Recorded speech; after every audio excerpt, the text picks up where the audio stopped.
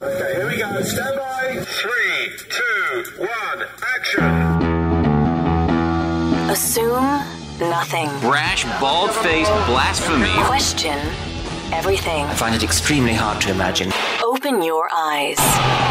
It is quite all right to be an atheist. The fastest growing group of people in the country has been measured as being those who have no belief or who are atheists. You don't have to be apologetic or quiet about it. Challenge the opposition. You see religion on 100 fronts losing the argument. And start thinking. This is the Thinking Atheist worldwide. This show keeps me sane. You know what I'm saying? I mean, can you relate to that feeling that for those of you who live in devoutly religious parts of the country or world, where if you were to walk outside and anybody, almost anybody in your inner circle, if you were to talk about something like evolution by natural selection, or the Big Bang, or Higgs boson, or the damage religion does, or the fact that the entire planet is making a fool of itself over this new Pope thing. You know, is it white smoke or is it black smoke? They have smoke cams. People just fixated on who's going to wear the funny white hat next. They're surrounded by crazy thinking, lazy thinking, often destructive and damaging thinking. And they come to this show or a show like it, or an online community like the Thinking Atheist, or whether it's Atheist Nexus or a forum somewhere, whatever. And they go and they just go, just, yeah, I needed this. Because it's like my t-shirt that I have on the store. Weapons grade facepalm is what it's like. I had a conversation today with somebody on my own family tree. And it was like the greatest hits of theist arguments in one conversation. I wish there'd have been a camera on the room to show the look on my face, because I just couldn't believe it. There is no way you can look at the world around us and see how complex, amazingly complex everything is, and not know that somebody designed it all. Well, actually, hang on just a second. I mean, we're talking about 4.7 billion years of evolution on the planet. Complexity does not equal design. What about all the things that are designed poorly? You know what? Why can't you just keep your atheism to yourself? Well, actually, I'm just responding to the avalanche of religious messages all around me. The indoctrination of children, the bad history, the bad science. We're out there trying to destroy the false to make more room for the true, right? Show me the transitional fossils. Ugh. The eye is too complex to have evolved. I'm happy. Why are you stealing my joy?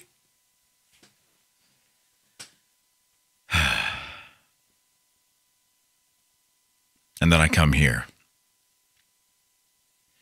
It's not like I'm throwing this stuff at everybody around me in my inner circle, but everybody treats me like I'm broken. You know, they're deciding whether or not their children or grandchildren get to spend time with me. Defriended on Facebook by some of the younger members of the family because we sure don't want them exposed to any ideas that aren't in our cookie cutter, do we? My Facebook posts aren't even about them. They're not targeted to them. They're just a reflection of what's going on in my life. No. Let's get them out of there. Let's build a huge wall around them. Let's surround them with confirmation. Pat them on the head, make them feel happy and superior for the rest of their life. And maybe in a couple of decades, they'll happen upon a real evolutionary biologist and get a clue. This show keeps me sane. And it does more than that. This show is family. It sounds like I'm doing a freaking, it sounds like I'm doing a jewelry advertisement. He went to Jared. No. But when I connect with people from all around the world, when they are on the Facebook page, when they're on the forums, when they're on the radio, when they're sending their emails, when they are connecting, it is a feeling of family. And for many of us, it replaces part of the family, not really replacing my family, but there's a connection and a relational connection that you lose when you divide yourself on this heavy spiritual issue. In some families, and certainly in mine, there is not a great personal connection, at least right now, and hasn't been for a while. We love each other, but God, it's frustrating. And I know they're frustrated as well. And so when we get together, it's not like we're bonding and high-fiving each other. It's a little bit uneasy. Well, a lot of times family, well, those are the family members that you choose. You're the family that I choose in many ways for this reason. And we have seen people who've connected via this show all around the country, and we've discussed all sorts of stuff. Now, I like the themed show. It would be easy to just go to a numbered format, show number 105 or whatever, which would be easy because doing a themed show every week is a bit of a challenge. Before long, we're repeating themes from time to time, and I've come to the conclusion that that's okay. There are enough examples, there's enough material on so many of these issues that to cover them more than once is going to be just fine with me. And then we've talked about a lot of stuff, everything from coming out of devoutly religious homes and the consequences of coming out to family. We've talked about the targeting of children and the vulnerable, indoctrination at every level. We've talked about atheists in the military. We've talked about the apologist acrobat and how to counter the apologist in the arena of ideas out there in the debate circle. We've talked about supposedly Christian holidays and their not so Christian origins. We talked about atheist weddings and atheist funerals and people overcoming issues in their lives without the crutch of religion. How did they do it? Those types of things. We've covered so much good stuff. And then sometimes we just have a conversation. We'll just open the phone lines and see what happens. The show has grown beyond what I had ever anticipated. And it's a tremendously exciting and humbling thing to realize that we are seeing the reach that we are seeing now and looking ahead at the possibilities. And I'll just be transparent. I'll just tell you right now, the thinkingatheist.com began as something I did on the side. And it remains something I do outside of my regular day job. But it has grown to the point now where it consumes a full-time schedule. And I've asked myself what the best move is to make the Thinking Atheist a financially solvent organization that allows me more flexibility to be able to serve it and serve the users and produce and do the shows and do the things that we're doing, while also making sure that the content is as available as it can be to people. And I thought for about 10 seconds about what if the Thinking Atheist Radio podcast was a subscription thing where people paid to subscribe, which is a podcast model that's out there, right? Oh, yeah, charge your listeners this much a month to get your show. And while the infrastructure for podcasters and podcast hosts out there is still pretty uneven, it's not great. There aren't a lot of great solutions.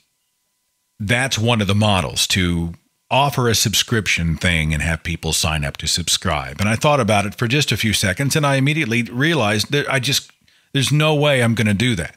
And it's because I don't think people should have to be required to pay to be a part of this discussion. I think it needs to be free. And anybody, anywhere, at any time can listen. Why would I want to lock up the ideas that we're discussing? Call it hubris, but I think they're important ideas. I think that they matter. ad revenue generated by advertising from like Blog Talk Radio helps a little bit. But it's not optimal. Trust me. And so I talked with Natalie about it, and I've had a chance to sort of stew on it a little bit, and I came to a solution that I want you to explore with me. I, again, will continue to declare out loud and in your face that the Thinking Atheist videos and podcast should always be free. You know, they just should. No one should ever have to pay to be a part of this deal. I don't get that. I don't think that's appropriate. If we were doing a movie review show, you know, we're doing a lifestyle show, even a news show somewhere, and you're delivering that, well, maybe we'll talk. Like people sign up to XM Sirius Radio, right? Satellite radio, they pay a fee and they get a series of channels. It's a deal where you pay the subscription, you get something in return. That's fine. But this is something different. We're talking about an ideological battle, a battle against the damage done by superstition to individuals and families and cultures and countries, and it shouldn't be locked up by a paid subscription. So what I've asked our listeners to do is just consider, and don't feel any pressure, just consider it, okay? If you enjoy the shows, and we do a show a week, let's call it 52 a year, right? Because even if I miss one, I try to make up somewhere. 52 shows a year. If that's something that you appreciate and enjoy, and it really does become a part of the week that you look forward to, and it brings value to you, then if you want, voluntarily support the podcast. If you'd like to help, you can sort of subscribe without actually subscribing. There's no subscription. The information will always be out there and free pretty much to anybody, anywhere, at any time, on multiple platforms. You know, we're on Blog Talk, we're on iTunes, we're on Stitcher, we're on Zune, we're on who knows how many different platforms out there. Fine.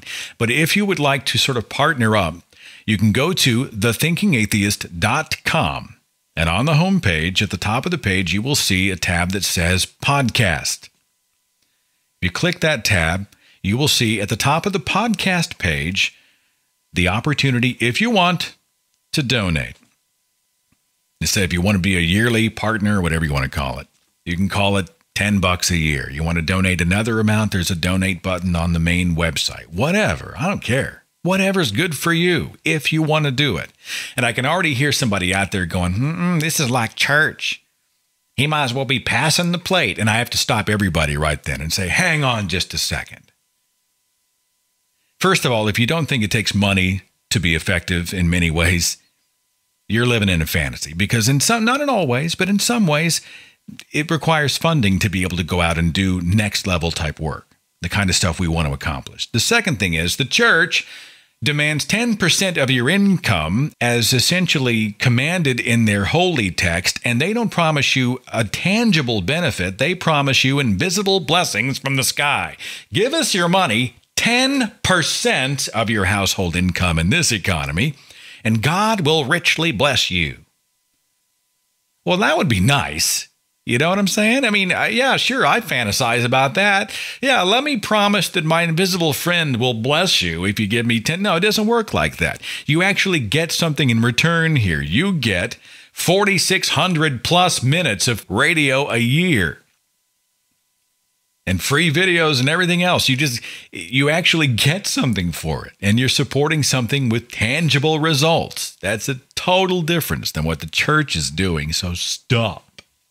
If you enjoy the site and the shows, and you'd like to be a part of that, you can go to thethinkingatheist.com, click on podcast.